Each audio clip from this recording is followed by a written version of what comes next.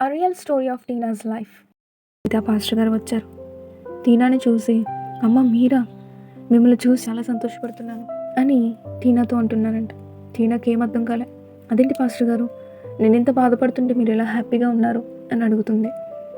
అయితే పాస్టర్ గారు అంటున్నారు, కేవలం నీ వల్లేనమ్మా నేను ఈరోజు ఇలా ఉన్నాను, కేవలం నీ వల్లే ఈరోజు నేను పాస్టర్ని అయ్యాను అనేసి అంటుంటే టీనా అడుగుతుంది, అదేంటి పాస్టర్ గారు, నేను మీకు సువార్తనేమి ప్రకటించలేదు కదా, నా వల్ల మీరు ఎలా పాస్టర్ అయ్యారు అని అడిగింది.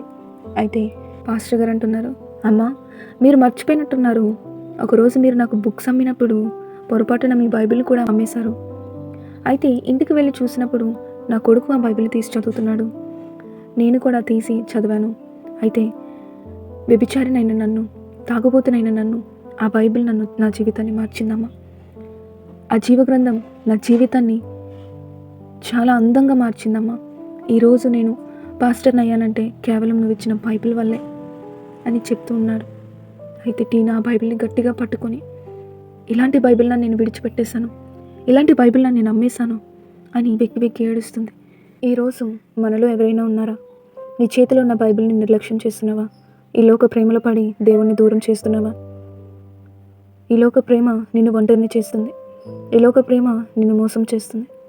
ఈ లోక ప్రేమ నువ్వు చనిపోయేలా చేస్తుంది.